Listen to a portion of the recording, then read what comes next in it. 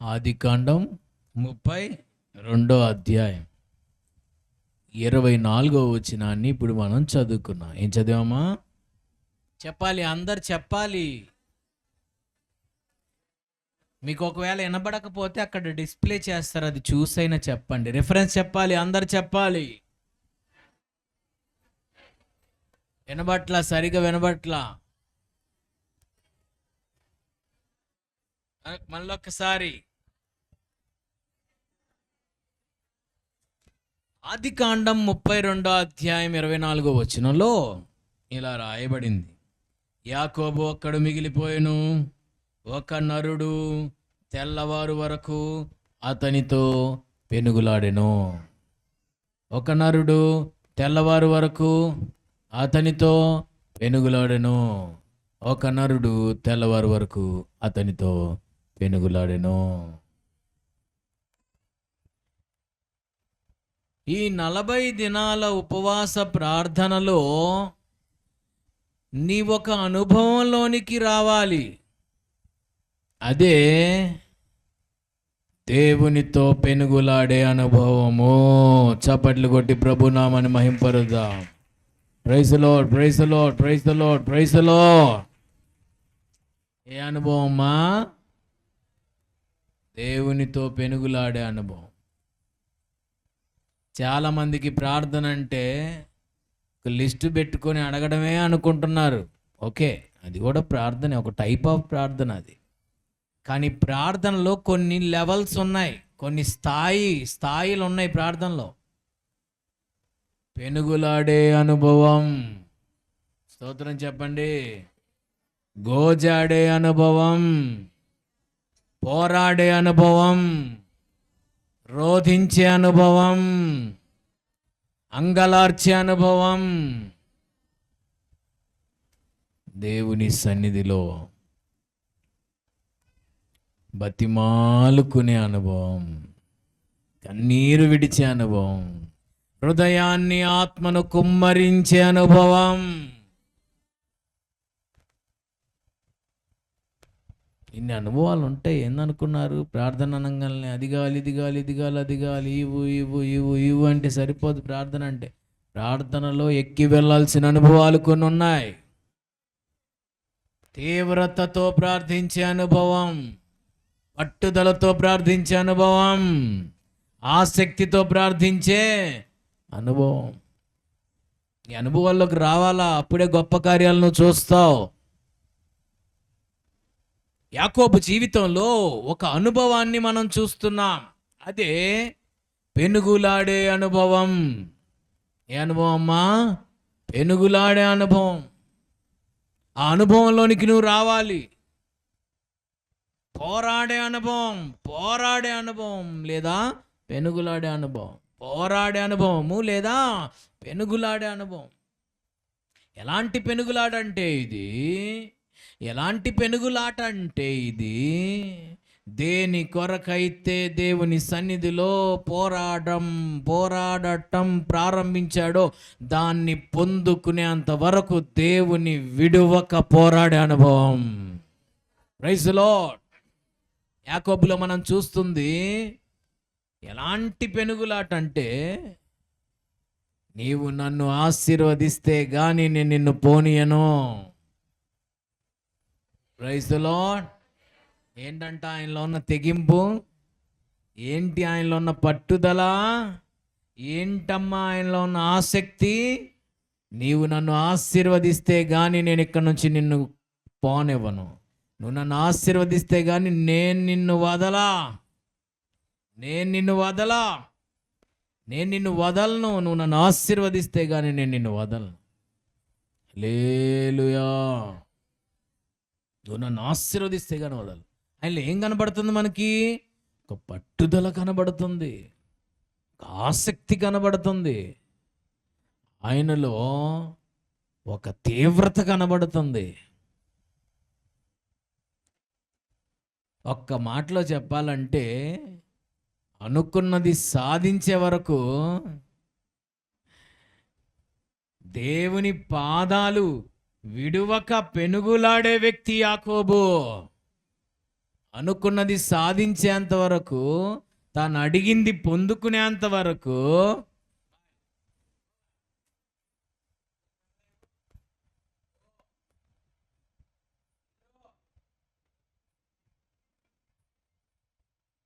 So అనుకున్నది సాధించేంత వరకు దేవుని పాదాలు విడువని అనుభవం.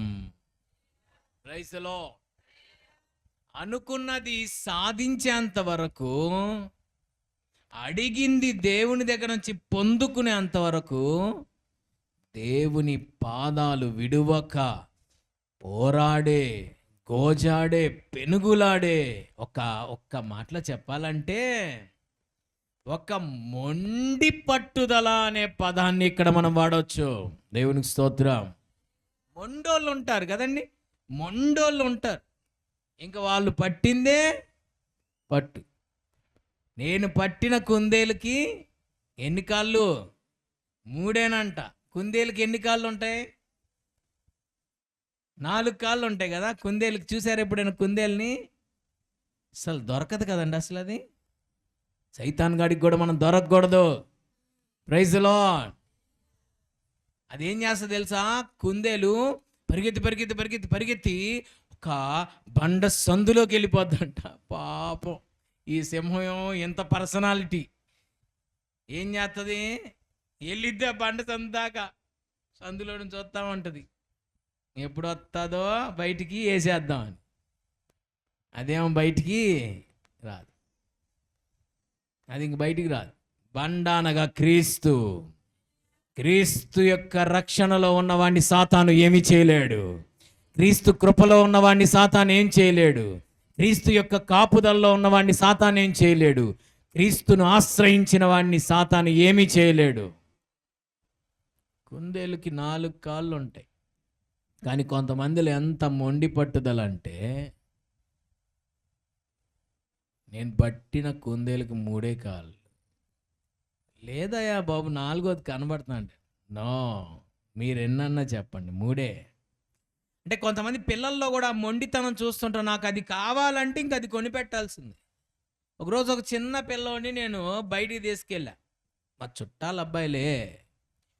ఒక చిన్న పిల్లోని బయటికి తీసుకెళ్తే ఒక షాప్కి తీసుకెళ్తే వాడు ఏకంగా నాకు 10,000 రూపాయల కారుకి వేసాడు టెండరు. నేనేదో చాక్లెటో చిన్న వార్చియో కొని పెడదాం తీసుకుపోయా. చాక్లెటో పెద్ద చాక్లెటో ఉంటాయిగా, డైరీ మిల్క్ సంథింగ్ అలాంటిదో, లేదంటే వార్చి 200-300 వార్చి కొని పెడదాం తీసుకెళ్తే, నాకు ఇది కావాలన్నాడు. అది చూస్తేనేమో అది పిల్లలు ఇంత పెద్ద కారు ఉంటుంది చూసారా, కూర్చొని ఇలా తోలుతూ ఉంటారు రోడ్ల మీద అక్కడిక్కడ. ఆ కారు కావాలన్నాడు. వామ్మో, వీడు నాకు పెద్దదానికి వేసాడు టెండర్ అని నేను అక్కడి నుంచి ముందు అర్జెంటుగా పదా అని అక్కడి నుంచి సర్దుకుంటున్నా. చిన్నదాని దగ్గర తీసుకెళ్తాంటే నాకు అదే కావాలని మళ్ళీ తిరుగుతాడు. నేను చెప్పాను, ఇప్పుడు అంత డబ్బులు నా దగ్గర లేవు, ప్రస్తుతానికి నేను ఏదో ఇప్పించింది వరకు తీసుకో అని ఎట్లకొట్లా సర్దుబాటు చేసి సెట్ చేసి ఏదో చిన్నది ఒకటి కొనిపెట్టి వచ్చేసాను. వాడన్నా విన్నాడు నా మాట. కొంతమంది వినరు, ఇంకా ఆడే కూర్చొని దొల్లాడుతారు కదా. ఆడే షాపులో పట్టి దొల్లారు అనుకో, మరి మొత్తం మనకెళ్ళి చూస్తారు కదా షాప్ అంతా. అది పెద్ద షోరూమ్ అన్నమాట. మొండిగా ఉంటారనమాట. నాకు అది చెయ్యాల్సిందే. అసలు పేరెంట్స్కి ఆ స్థాయి ఉందా, ఆ స్తోమత ఉందా లేదా, నాకు ఆ బైక్ కొనిపెడతావా చేస్తావా? మా ఫ్రెండ్ కొన్నాడు ఆ బైక్, ఆ బైక్ కొనిపెడతావా చేస్తావా? వాళ్ళకి ఆ స్థాయి ఉందో లేదో ఆలోచించాలి కదా. మొండితనం అది భౌతికంగా. అలాంటి మొండితనం మనలో ఉండకూడదు. పేరెంట్స్ని మనం అర్థం చేసుకోవాలి. వాళ్ళకి దగ్గర డబ్బులు ఉన్నాయా లేదా, వాళ్ళ స్థాయి ఉందా లేదా, వాళ్ళు ఇప్పించగలరా లేదా అనేది అర్థం చేసుకోవాలి. ఇప్పించగలిగితేనే ఇప్పించుకోవాలి. వాళ్ళు ఆ స్థాయి లేకపోతే సర్లే మమ్మీ, సర్లే డాడీ, పర్లేదులే, ఏం కాదులే, అడ్జస్ట్ అవుతాలే అని వాళ్ళని మనం అర్థం చేసుకోవాలి. వాళ్ళని హెరాస్ చేసి, వాళ్ళని ఇబ్బంది పెట్టి, బాధ పెట్టి, మొండిగా అన్నం తింటాం అనేసి అలిగి ఇట్లా చేస్తుంటారు, పిచ్చి పనులు చేస్తుంటారు. వాళ్ళు కొనిపెట్టేది ఏంది? నీకు కాళ్ళు చేతులు ఉన్నాయిగా, పో టీ కప్పులు కడుక్కొని కొనుక్కోపో, నీకు అంత రోషం ఉంటే. వాళ్ళు కొనిపెట్టేది ఏంది నీకు? అసలు సో మొండితనం అది భౌతికంగా. అయితే భౌతికమైన మొండితనం కాదండి మనలో ఉండాల్సింది. ఆత్మ సంబంధమైన విషయాల్ని అనుకున్నది సాధించే వరకు పట్టు విడువని ఒక మొండి పట్టుదల నీలో కలగాలి రాత్రి. Praise the Lord. ఇదేంటి? ఆత్మ సంబంధమైన ఒక మొండి పట్టుదల. కొంతమంది ఏం చేస్తారు? ట్రై చేస్తారు. తర్వాత ఏం చేస్తారు? వదిలేస్తారు. ఇంక మన వల్ల ఇది కాదులే అని. కొంతమంది అట్ట కాదు, డూ ఆర్ డై. అది వాళ్ళ నినాదం. డూ ఆర్ డై అంటే చెయ్యి, చేత అయితే చేయడం, లేకపోతే చావడమే. అది కొంతమంది యొక్క పట్టుదల. డూ ఆర్ డై అంటారు. డూ ఆర్ డై, చెయ్యి లేదా చావు, సాధించాలి లేదా చచ్చిపోవాలి. ఆ నేపథ్యంలో, ఆ క్రమంలో ప్రాణం పోయినా పర్వాలేదు, నేను అనుకున్నది మాత్రం పొందాలా దేవుని దగ్గర. Praise the Lord. ఆ మొండి పట్టుదల నీలోకి రావాలి. యాకోబులో ఉన్నది అదే, మొండి పట్టుదల. ఈ మొండి పట్టుదల ఉన్నోళ్ళు కొన్నిసార్లు అపజయం ఎదురైనా, ఫెయిల్యూర్ ఎదురైనా వాళ్ళు భయపడరు, వాళ్ళ ప్రయత్నాన్ని ఆపరు. ఈ మొండి పట్టుదల ఉన్నోళ్ళు ఎలా ఉంటారంటే, ఒకవేళ వాళ్ళ ప్రయత్నంలో వాళ్ళు విఫలమైనా, వాళ్ళ ప్రయత్నంలో వాళ్ళు ఓడిపోయినా వాళ్ళు వెనుదిరగరు, వదిలిపెట్టరు, ప్రయత్నాన్ని మాత్రం ఆపరు. మళ్ళా పైకి లెగుస్తారు, మళ్ళీ పోరాడతారు. చిన్న ఎగ్జాంపుల్, ఈ పెనుగులాడే అనుభవం యాకోబుకి అప్పటికప్పుడుకే పుట్టుకొచ్చింది కాదు. ఆ రాత్రికి రాత్రి ఏదో సమస్యను చూసి పుట్టుకొచ్చింది కాదు. ఆ పెనుగులాడే అనుభవం ఆయన తన తల్లి కడుపులో ఉన్నప్పుడే స్టార్ట్ అయింది. దేవునికి స్తోత్రం. ఆదికాండం 25వ అధ్యాయంలోనికి ఒకసారి రండి. ఆదికాండం 25వ అధ్యాయం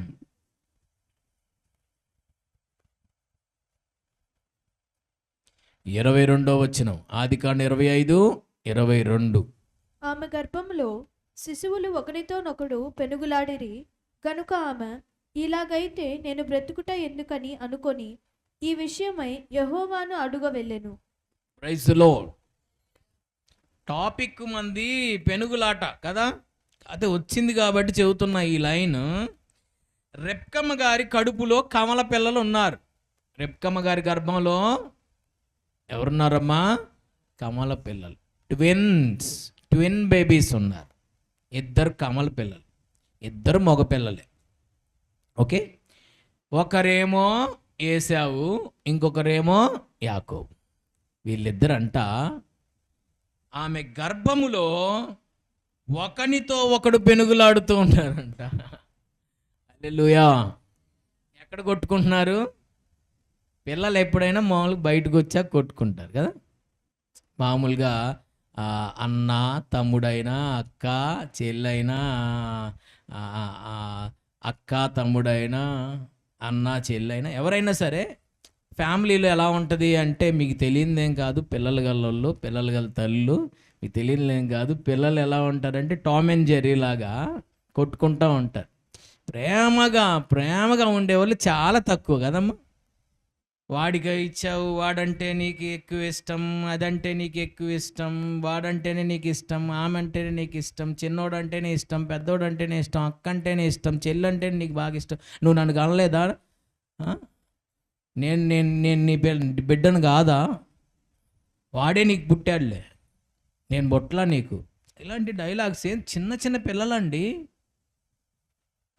మొన్న ఈ మధ్య ఒక సహోదరి వాళ్ళ పెద్ద అబ్బాయి, చిన్నోడే వాడు కూడా, పెద్ద అబ్బాయికి చెప్పులు కొనింది, చిన్నోడికి గొనల.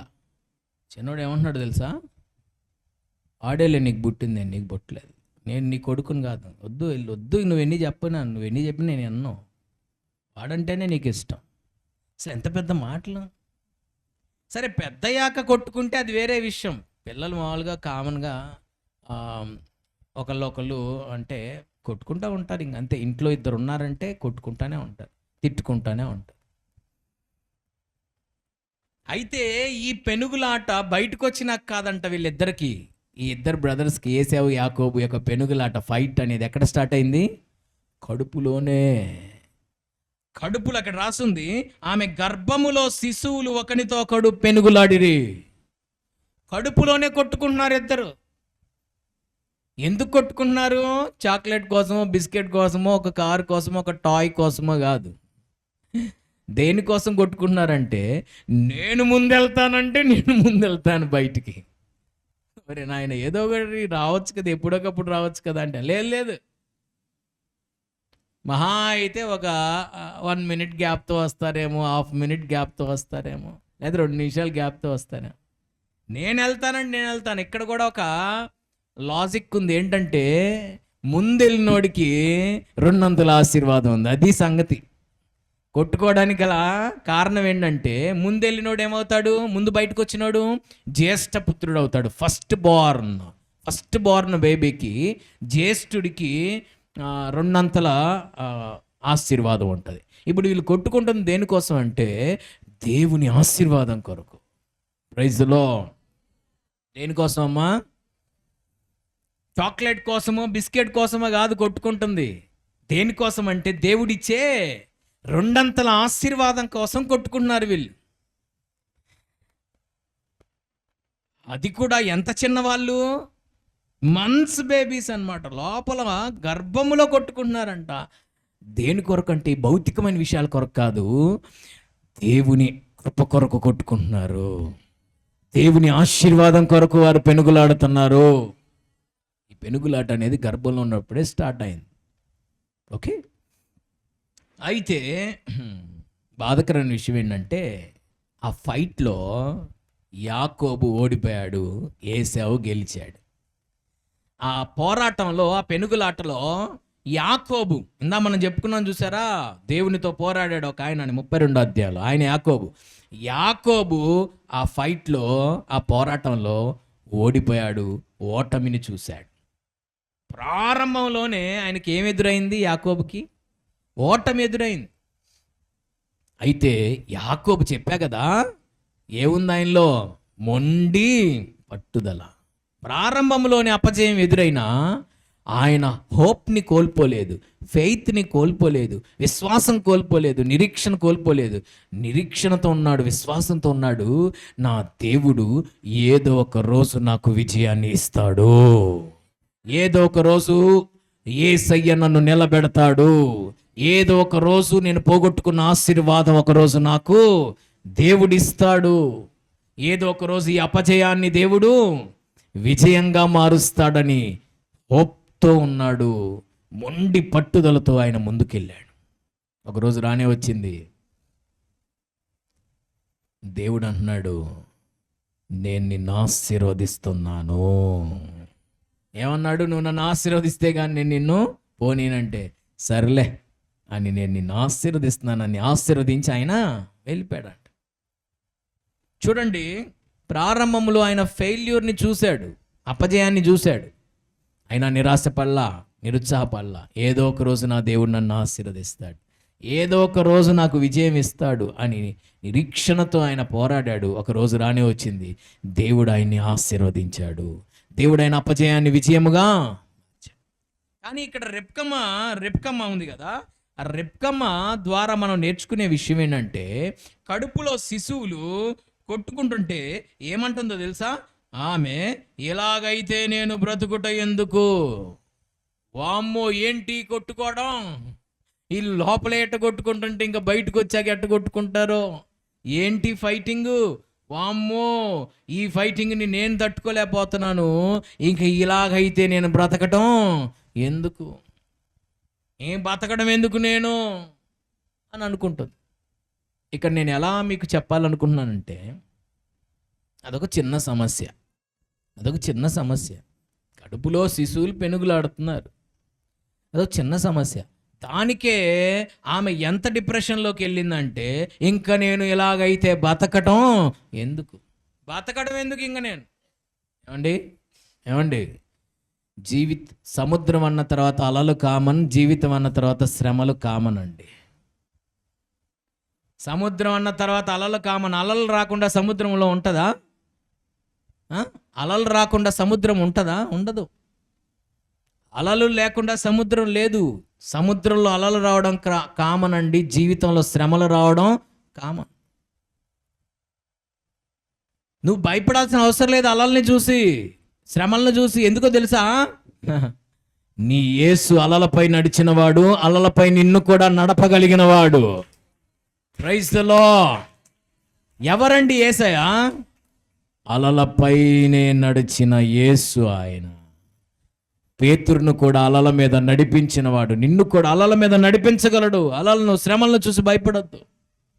కొంతమంది ఉంటారు ఈ రెప్కమ్మలాగా బాగా సెన్సిటివ్ అన్నమాట.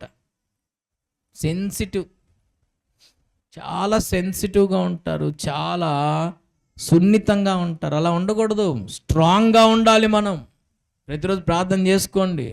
Lord please make me mentally stronger and stronger, physically stronger and stronger, spiritually stronger and strong. దేవా నన్ను మానసికంగా స్ట్రాంగ్ చేయండి, శారీరకంగా స్ట్రాంగ్ చేయండి, ఆత్మీయంగా స్ట్రాంగ్ చేయండి. వీక్గా ఉండకూడదు. కొంతమంది మెంటల్లీ వీక్గా ఉంటారు, చిన్నది కూడా తీసుకోలేరు, చిన్న మాటను కూడా తీసుకోలేరు. ఫిజికల్గా వీక్గా ఉంటారు, శారీరకంగా చిన్న ఇన్ఫెక్షన్ వచ్చినా తట్టుకోలేవు కొన్ని బాడీస్, చిన్న కష్టం వచ్చినా కొన్ని బాడీస్ తట్టుకోలేవు, చిన్న శ్రమ వచ్చినా తట్టుకోలేరు. అందుకని ప్రతిరోజు ప్రార్థన చేసుకోవాలి. దేవా నేను మానసికంగా, శారీరకంగా, ఆత్మీయంగా ఎలా ఉండాలి?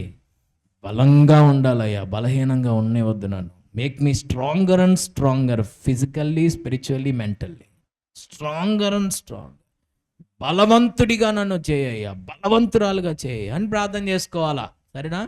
రెప్కమ్మ ఏమంటుంది? ఇంకెందుకు బతకటం ఇలాగైతే. ఒక చిన్న శ్రమ రంగంలో చాలామంది ఎంత డిప్రెస్ అయిపోతారంటే ఇంకా అనవసరం ఈ భూమి మీద మనం బ్రతకటం. I want to quit from this planet. ఈ భూమి మీద నుండి నేను క్విట్ అయిపోవాలనుకుంటున్నాను. చిన్న కష్టం రంగంలో నిరాశలోకి వెళ్ళిపోతాను. చిన్న శ్రమ రంగంలో దేవునిపై ఆధారపడి, దేవునిపై ఆనుకొని, దేవుని వైపు కన్నులెత్తి చూసి ఆయన కృపను, ఆయన శక్తిని పొందుకొని ఆ శ్రమను నువ్వు ఎదిరించాలి. దేవుని శక్తిని పొందుకొని, మొర్రపెట్టి ఆయన శక్తిని పొందుకొని ఆ శ్రమను నువ్వు జయించాలి. దేవుని శక్తిని పొందుకొని ఆ శ్రమతో నువ్వు పోరాడాలి. అంతేగాని చిన్న శ్రమ రంగంలో రెప్కమ్మలాగా ఇలాగైతే ఇంక నేను బ్రతకటం ఎందుకు, ఇలాగైతే ఇంక నేను బ్రతకటం ఎందుకు. సమయంలో నాకు యోనా అనే భక్తుడు గుర్తుకొస్తున్నాడు. దేవుడు యోనాకు ఉన్నటువంటి ఎండదెబ్బ, వడదెబ్బ తగిలితే పాపం, యోనాకు ఎండదెబ్బ తగిలితే దేవుడు పాపం జాలిపడి ఒక సొర చెట్టు మొలిచేటట్టు చేశాడంట. సొర చెట్టు తెలుసుగా, సొరకాయ చెట్టు, పందిరి ఉంటుంది కదా సొర, ఆ పందిరి మొలిచేటట్టు చేశాడంట ఒక చెట్టుని. చెట్టు చక్కగా నీడిచ్చిందంట, చక్కగా సేద తీరాడు. ఎండ తగలకుండా చక్కగా పందిరిలాగా ఉంటే సేద తీరాడు. ఎంతలోకి దేవుడు సొర చెట్టును పుట్టించిన దేవుడు ఆ సొర చెట్టులో ఒక పురుగును పుట్టిస్తే ఆ పురుగు ఆ సొర చెట్టు మొత్తాన్ని తొలిచేసిందంట. అది మొత్తం ఎండిపోయింది. సొర చెట్టు ఏమైంది? ఎండిపోయింది. సొర చెట్టు ఎండిపోవడం చూసి యోనా అనే ఒక ప్రవక్త ఏమంటున్నాడు తెలుసా? నేను బ్రతకడం కన్నా సావడం మేలు అంటున్నాడు. దేన్ని చూసి? సొర చెట్టు ఎండిపోవడాన్ని చూసి. అసలు సొర చెట్టు ఆయన నాటాడా? అదేమన్నా ఆయన పెంచి చక్కగా యూరియా వేసి చక్కగా పురుగుల మందులు చల్లి దాన్ని పెంచి పెద్ద చేశాడా? రాత్రికి రాత్రే సొర చెట్టు మొలిచింది, అది ఎండిపోయింది. దాన్ని చూసి ఇంకా ఈ బతకడం కన్నా సావడం. ప్రతి చిన్నదానికి డిప్రెస్ అయిపోవద్దు, ప్రతి చిన్నదానికి కుంగిపోవద్దు. ప్రతి చిన్న శ్రమ, చిన్న మాట, చిన్న శోధన, చిన్న వేదనకి నిరాశలోకి వెళ్ళిపోతారు, నిరుత్సాహంలోకి వెళ్ళిపోతారు, డిప్రెషన్లోకి వెళ్ళిపోతారు. అలా ఉండకూడదు. మనం స్ట్రాంగ్గా ఉండాలి. ప్రతి చిన్నదానికి చావును కోరుకుంటారు. ఎందుకు ఇంక ఈ బతకడం కన్నా చావడం మేలు. ప్రతి చిన్నదానికి మరణాన్ని కోరుకుంటారు, ప్రతి చిన్నదానికి మరణాపేక్ష కలిగి ఉంటారు, ప్రతి చిన్నదానికి డిప్రెస్ అయిపోయి ప్రతి చిన్నదానికి మరణాన్ని కోరుకుంటారు. అలాంటి వారిగా మనం ఉండకూడదు. రెప్కమ్మలో ఒక నెగిటివ్ ఉంది. ఏంటో తెలుసా? పెనుగులాడుతుంటే పిల్లలు ఇంకెందుకు బతకడం ఈ బతుకు అనుకుంది. అది నెగిటివ్ ఆమెలో నాకు నచ్చిన పాజిటివ్ ఏంటంటే అలా అనుకొని అంతే ఆగలేదు. దేవుని దగ్గరికి వెళ్ళిందంట. చూడండి 22 ఆదికాండం 25వ అధ్యాయం 22వ వచనం. ఇలాగైతే నేను బ్రతుకుట ఎందుకని అనుకొని ఈ విషయమై యెహోవాను అడుగ వెళ్ళెను. అది ఆమెలో ప్లస్. నాకు నచ్చిన పాజిటివ్ ఏంటంటే, నెగిటివ్ ఏంటి? వాళ్ళు పెనుగులాడంగానే వెంటనే ఇంకెందుకు ఈ బతకటం, ఇంకేలాగైతే నేను బతకటం ఎందుకు? నేను అదే అంటున్నా, ఒక చిన్న శ్రమ రంగాల్ని, ఒక చిన్న శోధనకి, చిన్న శోధనకి, చిన్న శ్రమకి, చిన్న వేదనకి, చిన్న మాటకి నువ్వు వెంటనే డిప్రెస్ అయిపోకూడదు, నిరాశలోకి వెళ్ళిపోకూడదు, నిరుత్సాహపడిపోకూడదు. ఏం చేసింది రెబ్కమ్మ అంట? యెహోవాను అడుగ వెళ్ళాను. దేవుని దగ్గరికి వెళ్ళింది. ఒక సమస్య వస్తే దేవుడి దగ్గరికి వెళ్ళు, దేవుని పాదాల దగ్గరికి వెళ్ళు. ప్రభువా, ఈ సమస్యను ఎదిరించే శక్తిని నాకు ఇవ్వమని అడుగు, ఆయన నీకు ఇస్తాడు. ఈ సమస్యను జయించే శక్తిని నాకు ఇవ్వమని పెనుగులాడు, పోరాడు, దేవుడు నీకు ఇస్తాడు. శ్రమ రాంగల్ని కుంగిపోవడం కాదు, చావును కోరుకోవడం కాదు, చచ్చిపోతే బాగుండని ఆశపడడం కాదు. నాకు బాగా నచ్చిన విషయం ఏంటంటే, రెబ్కమ్మ ఎక్కడికి వెళ్ళింది? యెహోవాను అడుగ వెళ్ళెను. నీకు ఏ సమస్య వచ్చినా, ఏ పోరాటం నీ జీవితంలో ఎదురైనా, పోరాటం వైపు చూసి కుంగిపోమాక యేసయ్య పాదాల దగ్గరికి వెళ్ళి ఆయన కృపకై, ఆయన శక్తికై వేడుకో. రెబ్కమ్మ ఎలా యెహోవాను అడుగ వెళ్ళిందో, దేవుని పాదాల దగ్గరికి వెళ్ళి ప్రభు పాదాల దగ్గర ఆ సమస్యను పెట్టి ఆ సమస్యపై విజయం ఇవ్వమని పట్టుదలతో వేడుకున్నప్పుడు దేవుడు ఆ సమస్యపై నీకు విజయాన్ని ఇస్తాడు. ఆ సమస్యను జయించే శక్తిని నీకు ఇస్తాడు. దేవుడిని అడగడానికి వెళ్ళింది, దేవుడు మొత్తం మీద ఆన్సర్ ఇచ్చాడు. చూసారా? చచ్చిపోతే ఏం సాధించేదండి? దేవుడి దగ్గరికి వెళ్ళి మొరపెడితే దేవుడు ఏం చేశాడంటే, అక్కడ రాసి ఉంటుంది చూడండి, యెహోవాను అడుగు వెళ్ళను, అప్పుడు యెహోవా ఆమెతో ఇట్లనెను. అంటే అర్థం ఏంటి? God answered. అదే కదా, ఆమెతో ఇట్లనెను అంటే అర్థం ఏంటి? దేవుడు ఆమెకి జవాబు ఇచ్చాడు. ఈ సమస్యకు జవాబు ఇచ్చే దేవుడు ఉన్నాడబ్బా. నువ్వు సమస్య రాగానే చావును కోరుకోమాక, డిప్రెస్ అయిపోమాక, నిరాశలోకి వెళ్ళిపోమాక, నీ సమస్యను ప్రభు పాదాల దగ్గర పెట్టు. నీ సమస్యకు జవాబిచ్చే శక్తి గలవాడు ఆయన. నీ జీవితంలో ఉన్న ప్రతి ప్రశ్నకు, ప్రతి సమస్యకు జవాబు యేసు దగ్గర ఉంది. ఈ ప్రపంచంలో ప్రతి ప్రశ్నకు, ప్రతి సమస్యకు జవాబు యేసు దగ్గర ఉంది.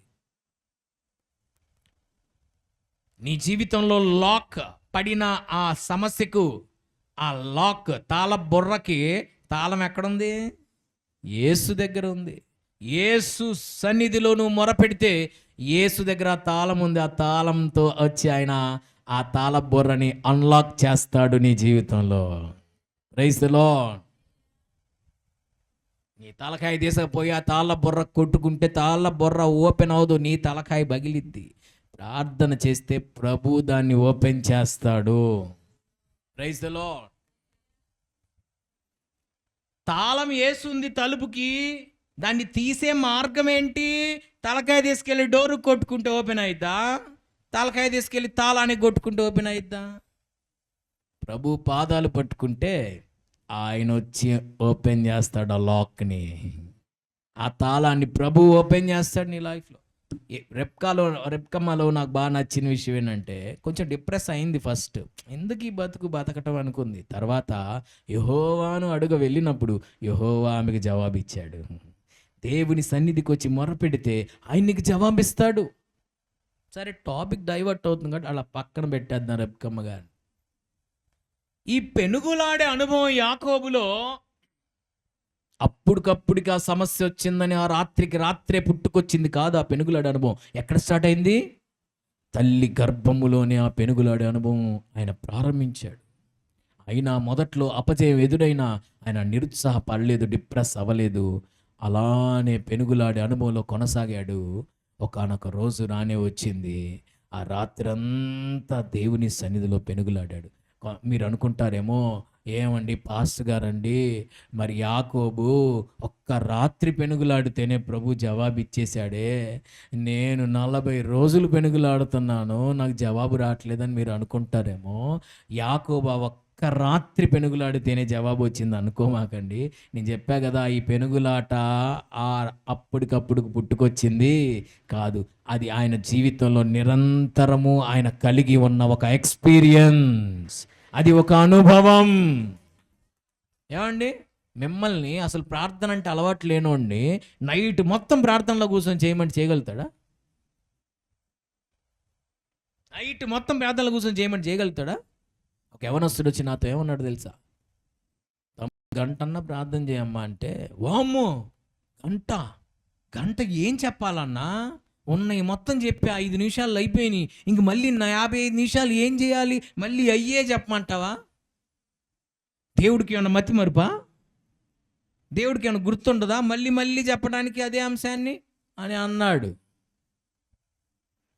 కాసేపు ఏం చెప్పాలో నాకు అర్థం కాల. అవును, దేవుడికి మతి మరిపేం లేదు కదా, ఒకసారి జ్యోతి చాలు కదా అనిపించింది. కానీ దానికి ఆన్సర్ బైబిల్లోనే నాకు దొరికింది. మళ్ళీ రీకౌంటర్ ఇచ్చే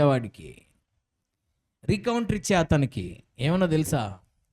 గెత్సెమనే తోటలో యేసు ఈ మాటలనే ముమ్మారు పలుకుచూ ప్రార్థించెనని ఉంది. అంటే ఆల్రెడీ ఒకసారి చెప్పాడు, మళ్ళీ రెండోసారి చెప్పాడు, మళ్ళీ మూడోసారి చెప్పాడు. మరి దేవుడికి మతి మరుపు ఉంటే యేసు ఎందుకు 3 సార్లు చెప్పాడు? అంటే మనం మాటి మాటికి అది పొందుకునే వరకు మాటికి దేవుని సన్నిధిలో గోజాడుతూనే ఉండాలి, పెనుగులాడుతూనే ఉండాలి, ప్రార్థిస్తూనే ఉండాలి, బతిమాలుతూనే ఉండాలి. దేవుడికి ఏం మతి మరుపు అని కాదు అన్నిసార్లు నువ్వు చెప్పడానికి. అన్నిసార్లు చెప్పేది ఎందుకు? దేవుడికి మతి మరుపు అని కాదు. మాటికి దేవుని సన్నిధిలో మనం అడుగుతూనే ఉండాలి, ప్రార్థిస్తూనే ఉండాలి. మరి రాత్రంతా ప్రార్థన చేశాడంటే యాకోబుకి అప్పటికప్పుడు వచ్చిన ఎక్స్పీరియన్స్ కాదు అది. ఆయన జీవితంలో that is common and routine experience. ఆయన ప్రతిదినం కలిగి ఉన్న అనుభవం అది. రాత్రంతా దేవుని సన్నిధిలో నన్ను ఆశీర్వదిస్తే కానీ నిన్ను పోనీ అన్న దేవునితో కుస్తీ పడ్డాడండి. దేవుని పాదాలు పట్టుకుని కన్నీరు విడిచాడండి, బతిమాలాడండి, పెనుగులాడాడండి, పోరాడాడండి. నువ్వు నన్ను ఆశీర్వదిస్తే కానీ నిన్ను పోనీయనని దేవుడు ఆయన ఆశీర్వదించి వెళ్ళిపోయాడు. ఒక స్టేట్మెంట్ ఇచ్చాడు దేవుడు. ఏమన్నా తెలుసా? నువ్వు దేవునితో మనుషులతో పోరాడి గెలిచితివి అని స్టేట్మెంట్ ఇచ్చాడు. నువ్వు ఎంత పెనుగులాడావో ప్రాముఖ్యం కాదు, నువ్వు పోరాడావా లేదా కాదు ప్రాముఖ్యం, నువ్వు గెలిచావా లేదా అనేదే ఇక్కడ ప్రాముఖ్యం. ఎగ్జామ్ నువ్వు రాసావా లేదా కాదు ప్రాముఖ్యం, ఇక్కడ పాస్ అయ్యావా లేదా అనేదే కదండి ప్రాముఖ్యం. రాసి వచ్చానండి మొత్తం అండి, అసలు క్వశ్చన్ పేపర్లో ఉన్న క్వశ్చన్లు మొత్తానికి రాసి వచ్చానండి. మరి ఏందిరా పాస్ మార్కులు కూడా రాలేదు అంటేనండి, ఆడ క్వశ్చన్లు ఒకటి ఇచ్చారండి, నాకు వచ్చింది రాశానండి, వాడు ఇచ్చిన క్వశ్చన్ రాయలేదండి. నాకు వచ్చిన క్వశ్చన్ రాశానండి. వాడు ఇచ్చిన క్వశ్చన్ రాయాలా, నీకు వచ్చిన క్వశ్చన్ రాయాలా? అట్లానే నువ్వు రాసావా లేదా కాదు ప్రాముఖ్యం, నువ్వు అక్కడ గెలిచావా లేదా అనే ప్రాముఖ్యం. ఇక్కడ ఒక స్టేట్మెంట్ ఉంటుంది, నీవు దేవునితో మనుషులతో పోరాడి గెలిచితివి యాకోబు. గెలవాలి 40 రోజుల్లో. నువ్వు పోరాడావా లేదా కాదు, ఇక్కడ గెలిచావా లేదా అన్నది ఇక్కడ ప్రాముఖ్యం. నేను అంటాను, గెలిచేంతగా నువ్వు పోరాడినప్పుడు తప్పక గెలుస్తావు. గెలిచే వరకు పోరాడాలి, గెలిచేంతగా పోరాడాలి. యాకోబు గెలవడానికి గల కారణం ఆయన గెలిచేంతగా పోరాడాడు, గెలిచే వరకు పోరాడాడు. అలాంటి కృప దేవుడు మనకు దయచేయను గాక. ప్రార్థన చేద్దాం మరి.